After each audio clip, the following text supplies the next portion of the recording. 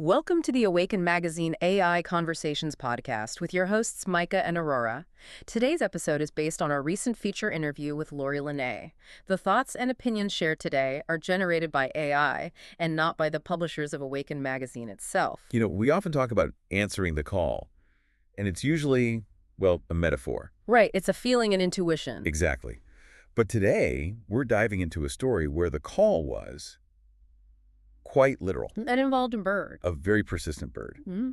And a complete shift away from a decades-long corporate career into something, just so much more expansive. It's an incredible story. We are heading into the world of Lané, a healer and intuitive based in Sedona, Arizona. And she's the founder of Raven's Call, which is now becoming White Raven. But to really get this, you have to understand where she came from. 30 years ago, she wasn't a healer. Not at all. She was a sales rep. A really successful one. Deep in the world of sales and marketing, selling packaging, phone book ads. She calls it the keeping up with the Joneses kind of energy. And that's such an important place to start. It is, because this isn't someone who was, meditating in an ashram their whole life. No, she knows the grind. She knows what it's like to chase a quota.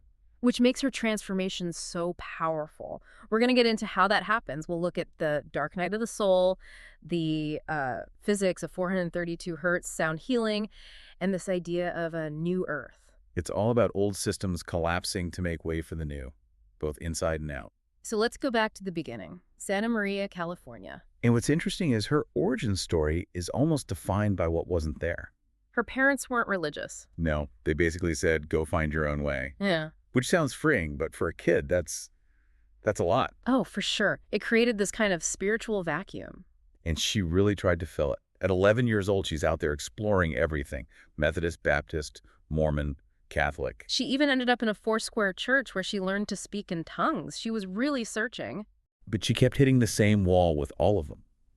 What was that? The feeling of exclusion. It was always, it's our highway or you're out. Yeah. But more than that, she felt the focus was always on casting out devils. That's a really important distinction, isn't it? It is. If you're always focused on what's wrong with you, you're not building light. Yeah. You're just fighting darkness. Right. You're on defense. She wanted empowerment, not an exorcism. But she stepped away. She went into the sales world.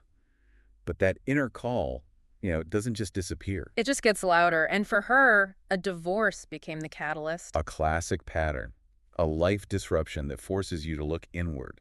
She ends up in Sedona, just trying to heal. Not planning to become a healer herself. No, not at all. And a friend suggests she might be good at Reiki. And Lori's reaction is just perfect. She had no idea what it was. None. She literally said, what? You rake over somebody. I love that. It's so real. It shows the intuition came before the knowledge. It really does. She followed that little nudge, took the classes, and the shift began. But then, we have to talk about the bird. This is the moment it all changes. This is the Tuzigoot encounter. So she's at the Tuzigoot ruins near Sedona. This is about 25 years ago. And a raven appears. And it's not just there. It's interacting with her group, making direct eye contact, communicating. Which is strange, but ravens are smart. It's what happens next that's just beyond. They get in their car to drive back to West Sedona. Which is a 20-mile drive. 20 miles. And this raven flies alongside their car the entire way. At highway speeds, they even stopped for dinner, and it just landed on a lamppost and waited for them. It's like a guide, not a wild animal. And it didn't stop there.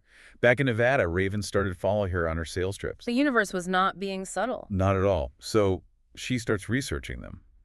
And they're amazing birds. Biggest brain in the bird kingdom. They can mimic dozens of languages. But their reputation is a little dark, right? We think of Edgar Allan Poe. We do. Death and doom. Yeah. But she found a different meaning. She connected raven to new W's. As in EWS. North, east, west, south. The four directions. The raven as a messenger, bringing news from the spirit world into the physical one. So it's not an omen of death, it's an orientation device. Exactly. And that's what inspired her to name her business Raven's Call.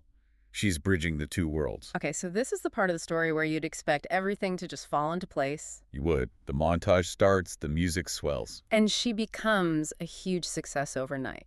And it was the absolute opposite of that. And this is maybe the most important part of her journey. The anti-manifestation chapter. Totally. She finds the perfect spot for her healing center. She applies for a $10,000 loan. And gets flat out denied. The recession was on. She was a divorced woman. The bank just said no. So instead of opening her center, she's bartending and waitressing to survive. And then the universe throws in a little twist. A painful one. She asks a lawyer she knows for help, maybe a loan. He says no. And then he turns around and rents the exact space she wanted. Oh, that's brutal. That's the moment most people would just give up. Right. You'd say, okay, message received. The bird was just a bird. But she didn't. She saw it as a timing issue, not a no. And that's the difference between giving up and surrender, isn't it? She surrendered to the timing. She took another sales job. She traveled. She waited. And years later, the lawyer moved out. And she moved into that exact same spot. She was ready then. It's such a lesson in patience. So she builds Raven's Call. But now there's another shift happening. The huge one. And this is the core of our deep dive today.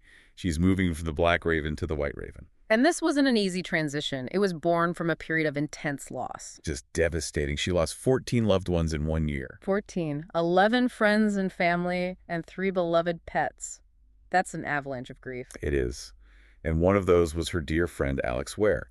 And the synchronicities around his passing are, well, they're undeniable. The numerology is stunning. He passed on September 25th, a 7-day in a 7-year. But it's the time. The exact time he crossed over. It was 4:32 p.m. 4:32. Now, anyone who knows about sound healing, their ears just perked up. Because 432 hertz is a huge deal in that world, right? It's considered by many to be the mathematical frequency of the universe. Most music today is tuned to 440 hertz.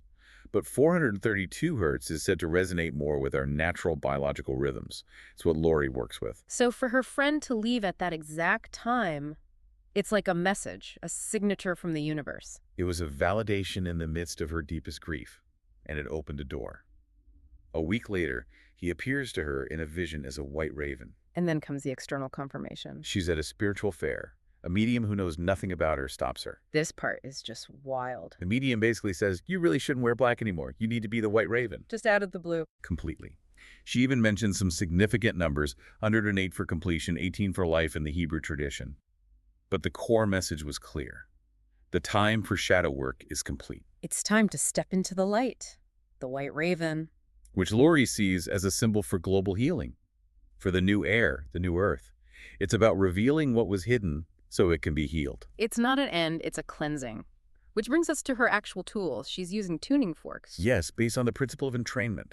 The idea that your body's cells will attune themselves to a coherent healing frequency. Her Magic and Miracles kit. She wants to give people tools to heal themselves. Exactly. It includes Om tuners, miracle tuners.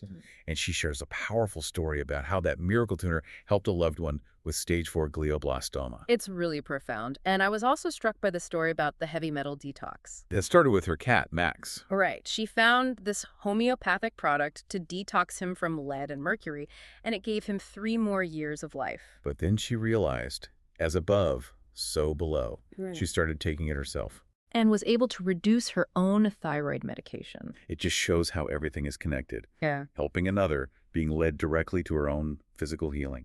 So now she's taking this white raven energy out into the world. She's going to be at the Sedona Ascension Retreat. Yes, this coming March. It feels like the perfect place for her right now. She'll be doing a session on opening the heart, leading a hike. It sounds incredible. And if you're feeling that call, you can find tickets at SedonaAscensionRetreats.com. And all of Lori's work is at ravenscalinc.com or whiteravenusa.com. You know, what I keep coming back to is the courage it takes to rebrand your soul, essentially. Yes. She built Raven's Call for years. She could have just stayed there.